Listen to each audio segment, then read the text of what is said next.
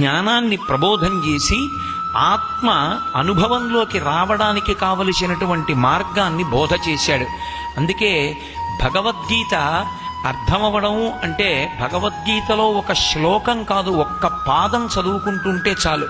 అందుకే శంకర భగవత్పాదులు భజగోవిందంలో భగవద్గీత కించిదధీత గంగాజలలవ కణికాపీత సకృదపియేన మురారి సమర్చ క్రియతే తస్య యమేన నచర్చ అంటారు.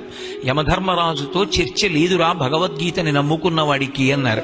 యమధర్మరాజుతో చర్చ అంటే యమధర్మరాజు గారు రావడం, పాశాలు వెయ్యడం, రమ్మనడం, నేను రానండం, జీవుడు మొరాయించడం ఉండవు. చిట్ట చివరిసారి యమధర్మరాజు యొక్క దర్శనం లేకుండా తాను ఆత్మ అనేటటువంటి ఉద్దేశ్యంతో ఆ ఆత్మని అనుభవంలోకి వచ్చిన వాడై శరీరము అసత్యమన్నది ఎరుకలోనికి వచ్చి సాక్షిగా చూస్తూ శరీరాన్ని విడిచిపెట్టేస్తాడు.